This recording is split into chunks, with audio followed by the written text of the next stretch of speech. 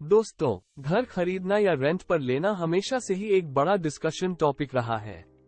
जब भी हम लंबे समय के लिए किसी जगह पर रहने का प्लान बनाते हैं तो हम अच्छे से एनालाइज करते हैं कि प्रॉपर्टी बाय करना चाहिए या रेंट पर लेनी चाहिए।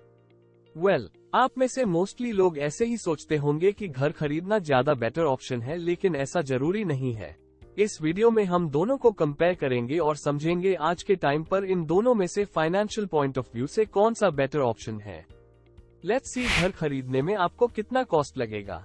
अगर आप 20s में हैं तो आप पूरा का पूरा कैश में तो घर नहीं खरीद पाओगे, और अगर आप मिडिल क्लास फैमिली में से हैं तब तो 1 करोड़ या 2 करोड़ आपके बैंक में होंगे, नहीं कि निकाला और पूरा का पूरा कैश दे दिया।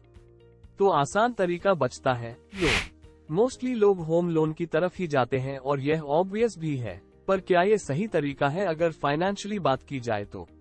होम लोन लेने जाए तो बैंक आपको 80% ही लोन देगा और आपको 20% डाउन पेमेंट करनी होगी।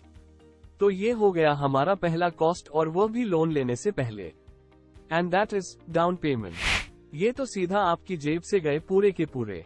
अब आप बैंक के पास जाएंगे तो वो होंगे आपके दूसरे charges, cost of taking a home loan, क्योंकि उस लोन में कुछ इंटरेस्ट होगा। मतलब 20 साल के लिए आप उस लोन में बंध गए और एक बार अगर अपने लोन ले लिया तो पीछे मुड़कर नहीं देख सकते। आपको वो लोन 20 साल तक एक रेंट के तौर पर चुकाते रहना होगा।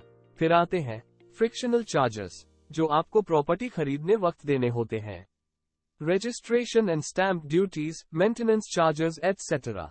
अब अगर आप घर खरीद रहे हैं तो किसी अच्छे लोकेशन पर ही लोगे तो उसके मेंटेन करने का भी चार्ज लगेगा। These are extra charges which are heavy. मतलब अगर 1 करोड़ का घर है तो आप सिर्फ 1 करोड़ नहीं, उससे ज्यादा ही पे कर रहे हो। That is not a smart financial decision to make in your 20s। अब आते हैं लास्ट एंड इम्पोर्टेंट पॉइंट पे, that is growth rate.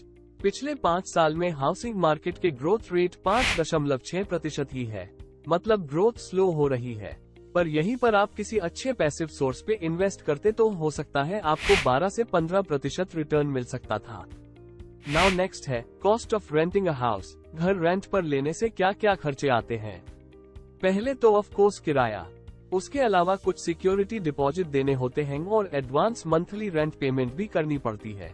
Mumbai और पुणे जैसे कुछ मेट्रो सिटी में 6 महीने का रेंट एक साथ ही ले लेते हैं। अदरवाइज मोस्टली 1 महीने का एडवांस रेंट पे करना पड़ता है। इसके अलावा electricity charges and maintenance fees. खैर, ये हो गई कॉस्ट की बातें, पर दोनों को कंपेयर कैसे करें कि बेहतर क्या है? इसको समझने के लिए फाइनेंशियल अप्रोच लेना होगा, और इसके लिए रेंटल यील्ड को समझना जरूरी है।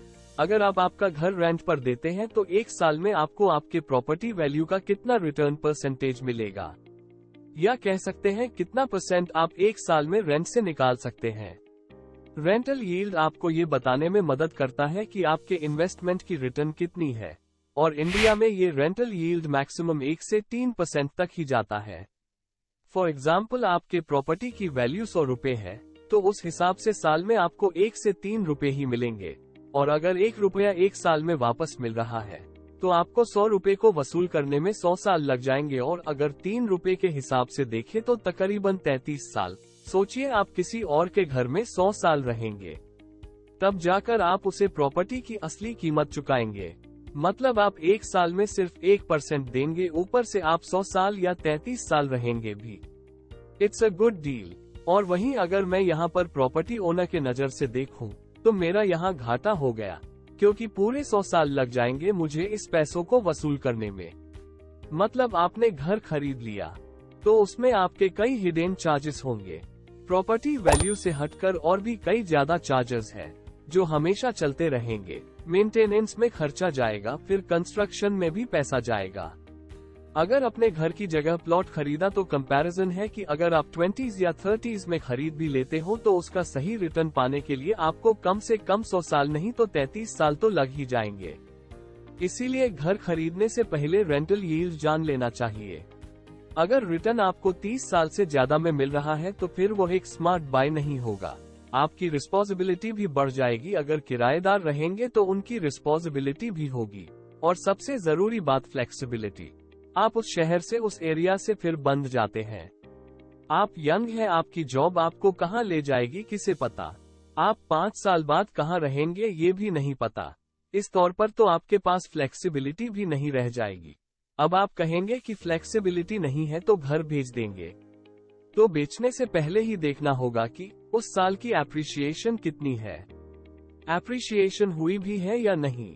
आपने 50 लाख में घर खरीदा और अब आप 60 या 70 लाख में बेच रहे हैं, फिर भी आपका नुकसान ही है। जितना आपने एक्स्ट्रा खर्चा किया था उसको मिलाकर तो आपका ओरिजिनल वैल्यू 60 या 70 लाख के अराउंड ही बैठ जाएगा, और यह कम भी हुआ तो आपको रिटर्न अच्छा नहीं मिलेगा। और यह भी तभी पॉसिबल है अगर आपने कैश में खरीदा हो, वरना लोन चुकाने से पहले आप कहीं जा भी नहीं सकते। तो 20s जैसी यंग एज में घर लेना समझदार की बात नहीं है। हाँ, आगे चलकर जब आप अपने लिए अच्छे सोर्स ऑफ इनकम जनरेट कर लिए होंगे तो जाकर कहीं आप 40s या 50s तक अपना घर ले सकते हैं, वरना उससे पहले घर पर पैसे इन्वेस्ट करना समझदारी नहीं है। अब रेंट की बात करें तो आपके पास फ्लेक्सिबिलिटी है, आप एक जगह से नहीं जुड़े हुए हैं। आपका मन हुआ, आपको घर पसंद नहीं आया या आपकी जॉब की वजह से आप अपना घर बदल भी सकते हैं। आपको ना लोन लेने का झंझट, न डाउन पेमेंट का और नहीं एक्स्ट्रा चार्ज का।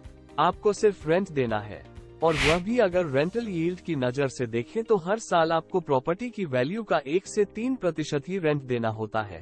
तो इन कंक्लूजन हम ये कहेंगे कि वैसे तो घर खरीदने का डिसीजन पर्सन टू पर्सन और उनकी फाइनेंशियल सिचुएशन पर डिपेंड करता है, लेकिन अगर आप अपने अर्ली 20s में हैं, तो यह सही मौका है अपनी अर्निंग्स को EMI में कन्वर्ट करने से अच्छा उसे सही जगह पर इन्वेस्ट करने का।